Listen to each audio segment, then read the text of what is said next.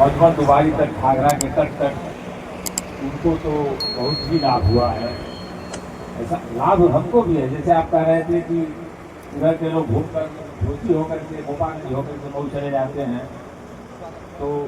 वो सही बात है कि अगर ट्रेन से यात्रा करनी हो, मऊ से कोई ट्रेन पकड़नी हो, तो हम खुद जिस सवारी से जाते होते हैं या रास्ता छोड़ के जाते हैं कि वो ट्रेन ही छूट जाएगी यहाँ की बंदी की वजह से। तो ऐसा नहीं है कि प्रतिक्रूर है, अरे वो रेलवे की मजबूरी है, रेलवे का ट्रैक है, उसको बिना माने जाओ फिर ऐसे तो दूसरी चीज है, जनता उसी की होती है। अब मैं जब तक हमारे माननीय मंत्री जी आ रहे हैं, आ गए हैं माननीय मंत्री जी, वाद्य यंत्र बजने लगे, हम सभी जिसकी प्रतीक्षा कर रहे थे वो हम सभी के नेता विद्वान IAS अफसर माननीय AK शर्मा जी, जो जिले के वर्तमान में विकास पुरुष, द्वितीय विकास पुरुष हैं, और वो बस कुछ ही मिनट में आपसे जिसके सम्मान देखिए बहुत भीड़ है, लोगों की जनसंख्या बहुत काफ़ी है और आए हुए हैं माननीय मंत्री जी AK शर्मा जी यहाँ पे आने वाले हैं और इस रेलवे पुल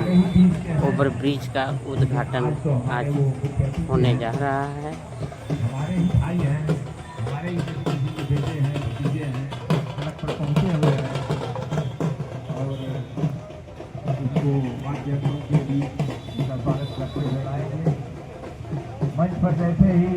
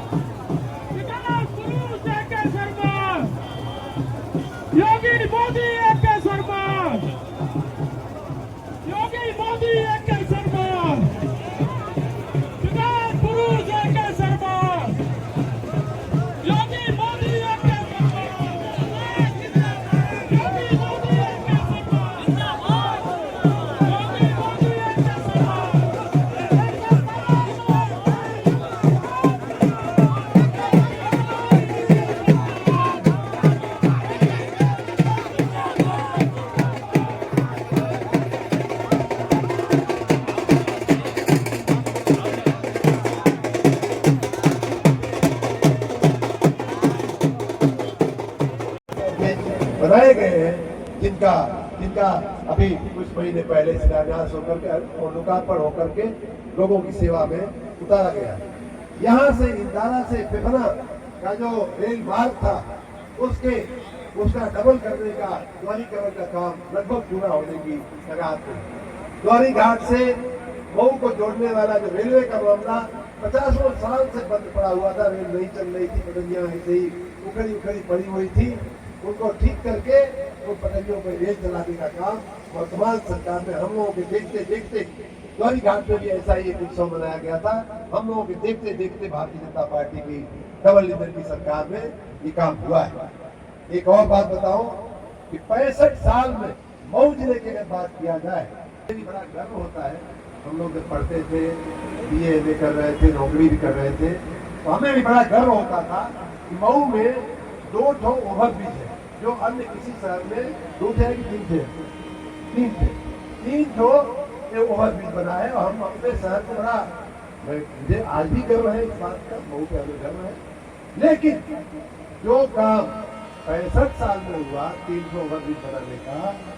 वो काम पिछले 3 साल में 4 साल में एक सर्किट हाउस के सामने सिंधी कॉलोनी वाला ओवरब्रिज बन रहा है, दूसरे का ये आज भूमि पूजन हो रहा है। और हम अभी अध्यक्ष जी को बता रहे थे, अपने जिलाध्यक्ष जी को, कि आप लोगों की तो बलिया जाने आने वालों की तो लॉटरी लग गई समझ लो। और इसी लॉटरी लगी है कि ऐसी लॉटरी लगी है इन लोगों की कि यहाँ से बलिया तक 5 रेलवे की क्रॉसिंग आती थी, और उन सब पे एक धड़ाके 1500 करोड़ रुपए का प्रोजेक्ट मंजूर करते हुए नेशनल हाईवे अथॉरिटी ने सभी रेलवे क्रॉसिंग को रुकावट से मुक्त करने का हमारा जो प्रोजेक्ट है वो, अभी बात अलग है कि ये करना वो आप लोग डिसाइड करिए, लेकिन उसमें हम नहीं पढ़ते, लेकिन मुक्त हो जाएगा, मुक्त हो। और हम तो सुधाकर सिंह जी को भी मंच पे बैठा के उनका भी फूल माला पहना के स्वागत किए कि भाई साहब, अगर आपके ही विधायक बनने के बाद ये भूमि पूजन होगा था तो उसमें मेरी क्या गलती हो सकती है, या आपकी क्या गलती हो सकती है। संजोग की बात है कि आप विधायक बन गए, मंजूर पहले हो गया था, लेकिन जब भूमि पूजन होगा तो आप विधायक है। तो ऐसा होता है, प्रकृति ऐसा करती है कि काम कोई करवाता है, फल तो कोई खाता है, वो तो उसमें, इसमें हम लोग फल की अंतरता नहीं करते। इसलिए आप सबको इन सभी कामों के लिए मैं बहुत बहुत बधाई दूंगा। मऊ की मऊ का जो रुकावट थी, चाहे क्रॉसिंग के चलते रुकावट थी, चाहे लोगों के चलते रुकावटें थी, मऊ में लोगों के चलते भी और जाओ जी, कहा उसमें किनारे जाओ, दो मंत्री जी आ